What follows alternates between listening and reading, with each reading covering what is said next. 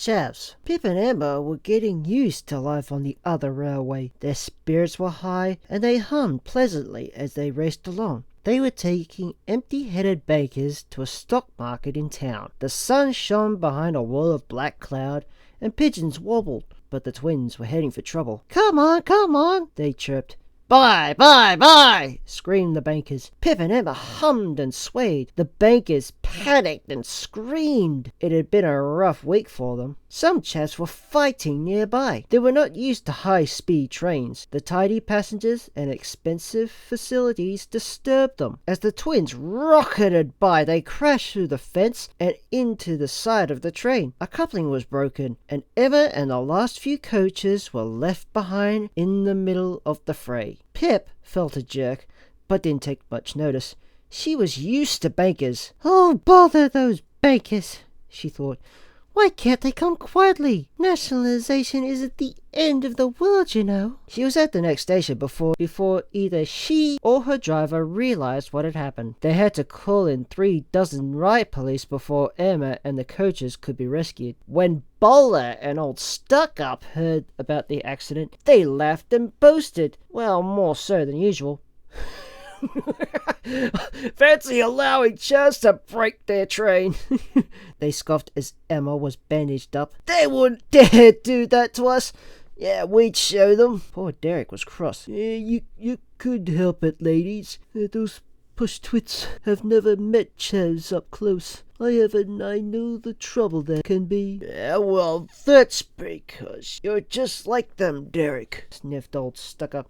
Dirty, uneducated, useless. And no less cause, put in Bowler. Yes, it's you, said Derek, overheating again. Some days later, old Stuck-Up was taking the express. He rushed through the station where Pip and Emma were collecting more worried bankers. Hoop, hoop! Mind the Chavs! Hurry, hurry, hurry, he called. Emma flinched. Pip gave him a piercing glare as he whooshed away.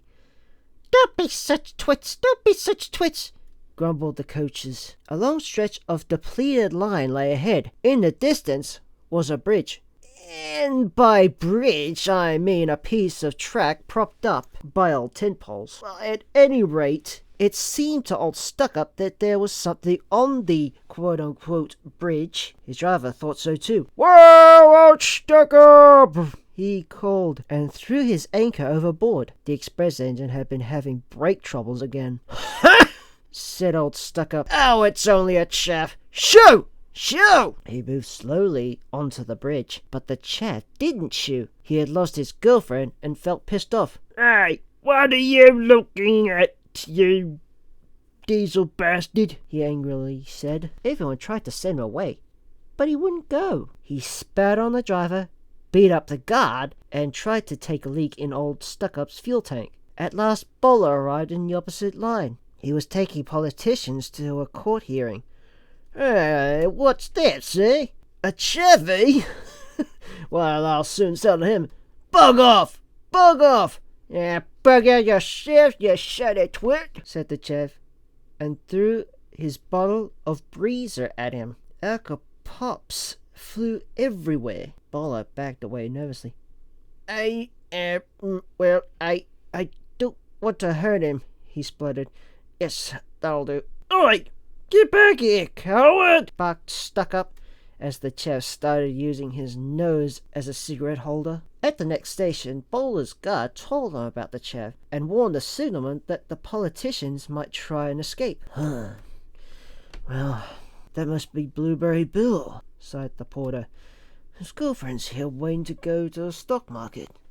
They've been mugging bankers there for weeks. We've called Diesel to take her away. She already destroyed the ticket office and kept trying to plant heroin on the station master. At the bridge, there was chaos. Blueberry Bill had beaten up old Stuck-Up, stolen his buffers, and was now spray painting rude words on the coaches. The express engine was now feeling very silly indeed, not to mention sore. Eventually, Diesel arrived with the van of policemen and the Chav's girlfriend. Burberry Bill was pleased to see his again, and the porter led them away to be prosecuted. Not a trap shut, whispered Bowler and Old Stuck-Up to each other. They felt rather humiliated, but like the chap's girlfriend's legs, the story soon spread. Well, chuckled Emma in the shed that night. 2 big engines afraid of one chav. Afraid? Oh, bollocks, said Old Stuck-Up. We, didn't want the stupid thing to kill himself by running up into us.